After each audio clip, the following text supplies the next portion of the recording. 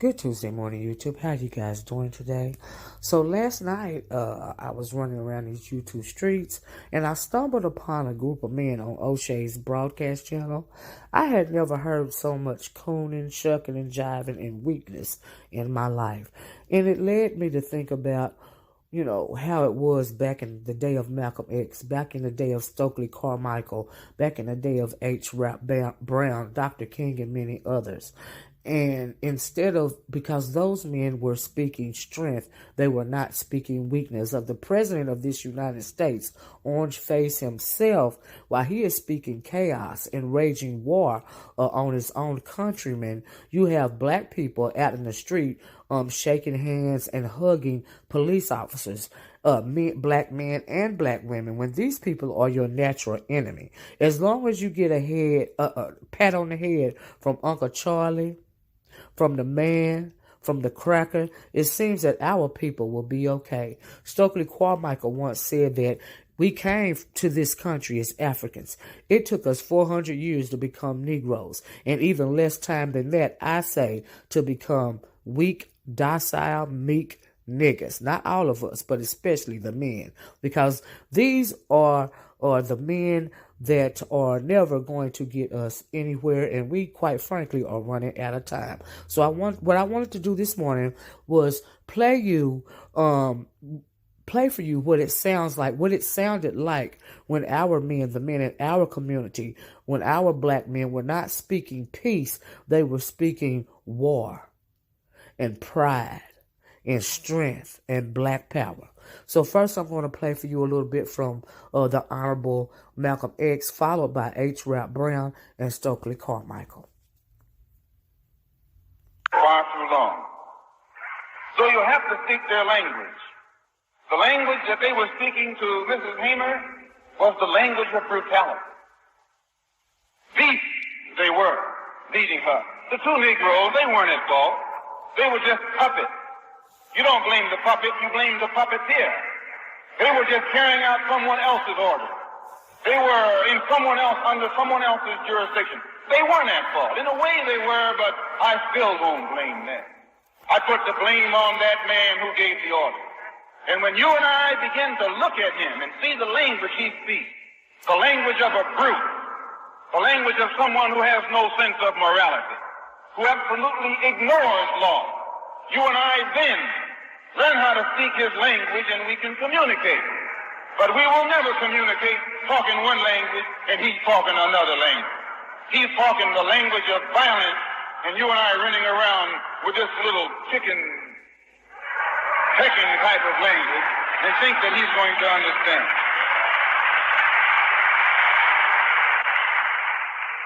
Let's learn his language. If his language is with a shotgun, get a shotgun. This language, yes, I said, because if he only understands the language of a rifle, get a rifle. If he only understands the language of a rope, get a rope. But don't waste time talking the wrong language to a man if you want to really communicate with him. Speak his language. And there's nothing wrong with that. If something was wrong with that language, the federal government would have stopped the cracker from speaking it to you and me. Would have us believe the greatest problem confronting this country today is not pollution and bad breath. It's black people. It's black people. See, that's just one of the big lies that America tells you because you chumps. You go for it. One of the lies that we tell ourselves is that we are making progress. But here his chair is empty. We're not making progress. We tend to equate progress with concessions. We can no longer make that mistake. You see, when they gave us that nigger astronaut, you say we were making progress, but I told you they were going to lose him in space. He didn't get that far.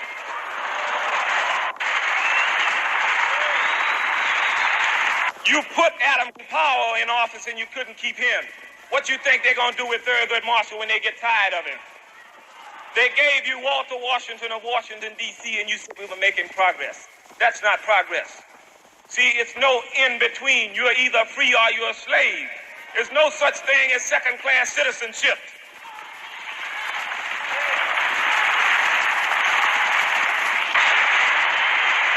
But a lot of you running around talking about you Democrats, and the Democrats got you in the biggest trick going. They tell you it ain't our fault. It's the Dixiecrats. There's no such thing as a Dixiecrat. The only difference between George Wallace and Lyndon Johnson is one of them's wife got cancer. That's the only difference. You go for it because you chumps. You go for it. The only thing that's going to free Huey is gunpowder, black powder. That's no victory, that's a concession. When black people become serious about the revolutionary struggle that they are caught up in, whether they recognize it or not, when they begin to go down and knock off people who are oppressing them and begin to render these people impotent, that's when the revolutionary struggle unfolds. Not until.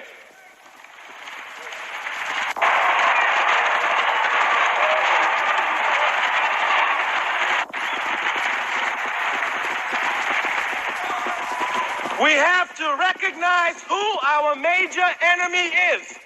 The major enemy is not your brother, flesh of your flesh and blood of your blood. The major enemy is the hunky and his institutions of racism. That's the major enemy. That is the major enemy.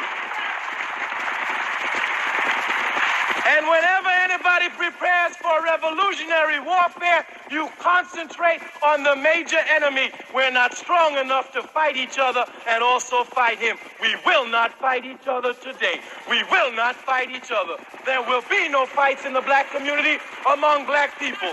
There will just be people who will be off. There will be no fights. There will be no disruptions. We are going to be united.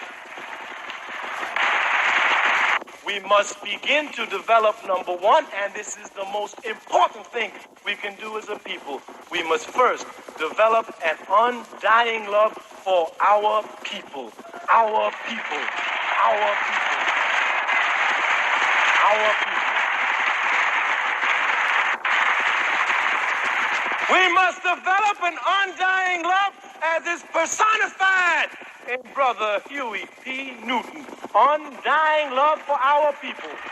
Undying love. If we do not do that, we will be wiped out. We must develop an undying love for our people. Our slogan will become, first, our people, then, and only then, me and you as individuals. Our people first. Our people first. Huey Newton is the only living revolutionary in this country today. He has paid his dues. He paid his dues. How many white folks you killed today?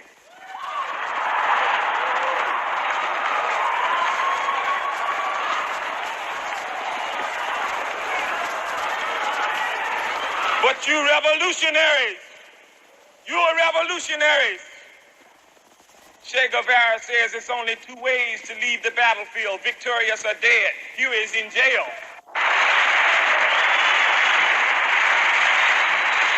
Johnson can always sit up and talk about, he can always raise an argument about law and order because he never talks about justice. But black people fall for that same argument and they go around talking about lawbreakers. We did not make the laws in this country. We are neither morally nor legally confined to those laws. Those laws that keep them up keep us down. You got to begin to understand that.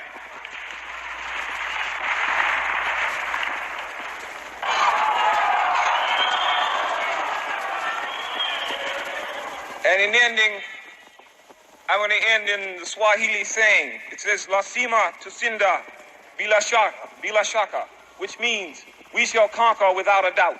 Black power.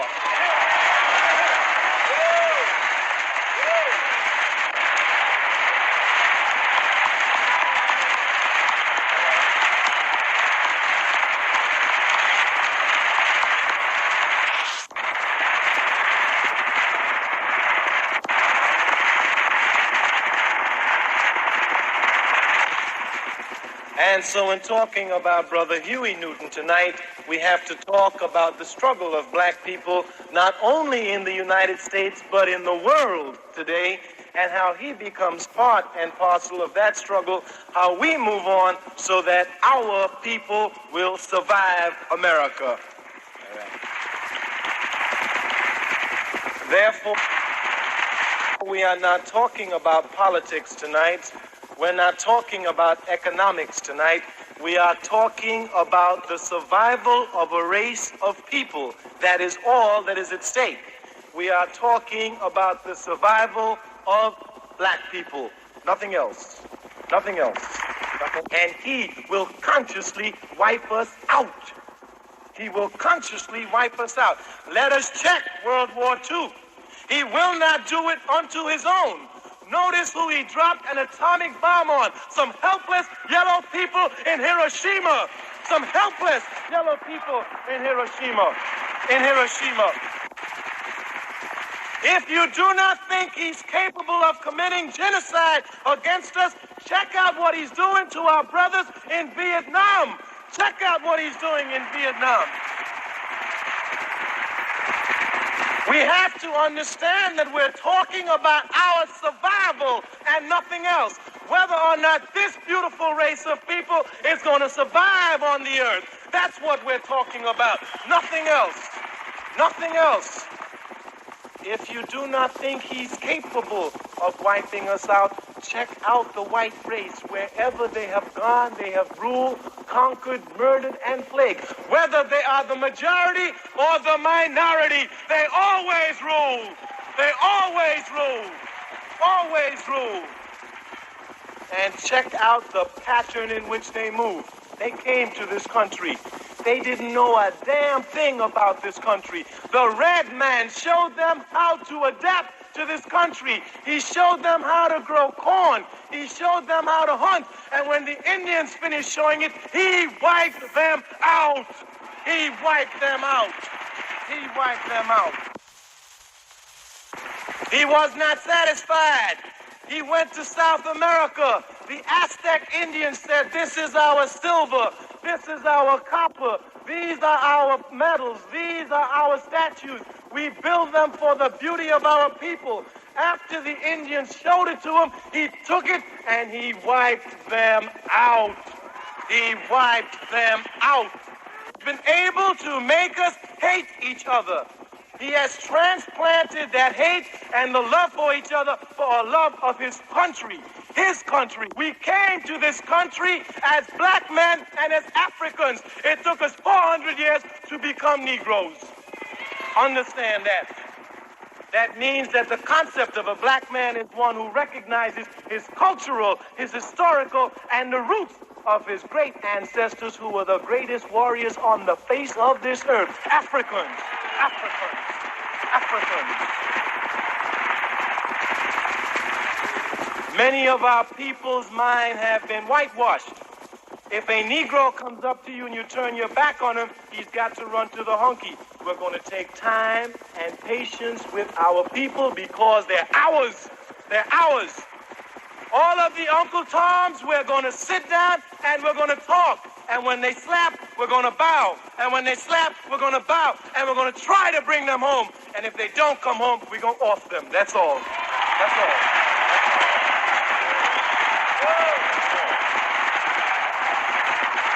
The 3 M's. The missionaries, the money, and the Marines. That is precisely the way it's moved all over the world. It is the way it moves against us. They have sent the missionaries in. We sent them out.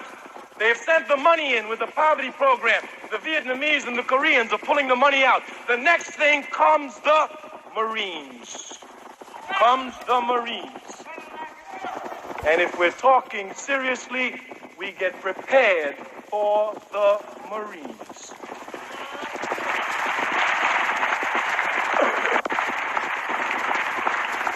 Now, if some black people do not think that the white man is going to wipe us out completely, then it won't be no harm being prepared just in case he decides to do it. Just in case he decides to do it.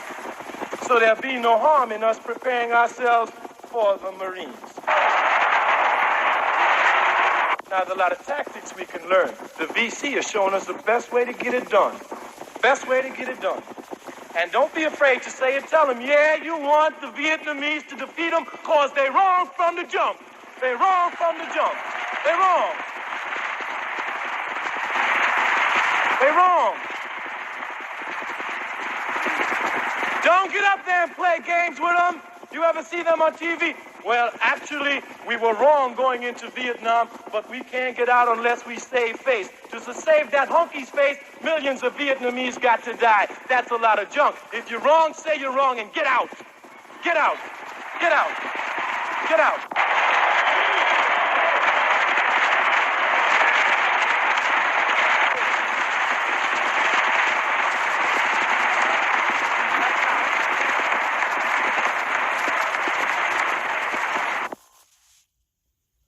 So you just listened to Stokely Carmichael. Even in the when people think about African military history, even in the 60s and the early 70s, our people were speaking of genocide. Our strong men were, trying to rally us up in order for us to save us. What I heard last night was a bunch of nonsense. I heard a bunch of weakness. I heard a bunch of docile, meek Negroes. I heard Negroes that got their black history from rap music. And this is why, at this point in time, I don't know if we could withstand a war, an all-out assault on our people. Because we don't have men anymore like Stokely Carmichael and H. Rap Brown. And if we do, they are not being vocal. It will appear that we are pretty much on life support in this country.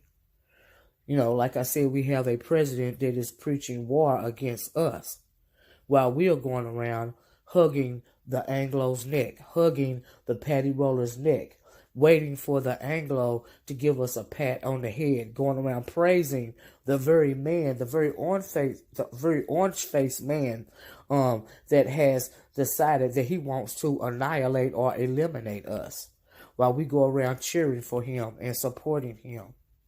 I don't know what is going to become of our people. But if this is a sign of the times, we really need help. We really need to wake up. We really need to realize that we are public enemy number one in this country when it comes to the Anglo. Is it too late for us to save ourselves? I don't know. Is it too late for us to save our children? No. I just want to leave you guys with a little bit of this morning and ask you to seriously think about what is going on in this country. Are we all looking at this play out under the same guys? I don't think so. I think a lot of us live in a world of escapism where we think that this will blow past because we are so used to these things going on in this country to our people. We don't hardly pay any attention to it. Our men would rather argue back and forth online as opposed to having boots on the ground defending this community. At least in Minnesota, the people of in their black communities are starting to patrol the areas to keep interlopers out, keep interlopers from destroying everything that hasn't been destroyed yet. We don't have enough of those people willing to stand up, but you do have them shucking and jiving on YouTube and all over social media, displaying their weakness, displaying the fact that they have been emasculated, displaying the fact that they are scared. They fear the Anglo. And that is just not true for all of us. But what the world is seeing is weakness and docileness and meekness. And I hope that we really take a look at that. I'm going to get off of here. Please like, share, and subscribe. You guys have a nice day. I'm going to talk to you guys later. Be safe out there. Peace and Black Power.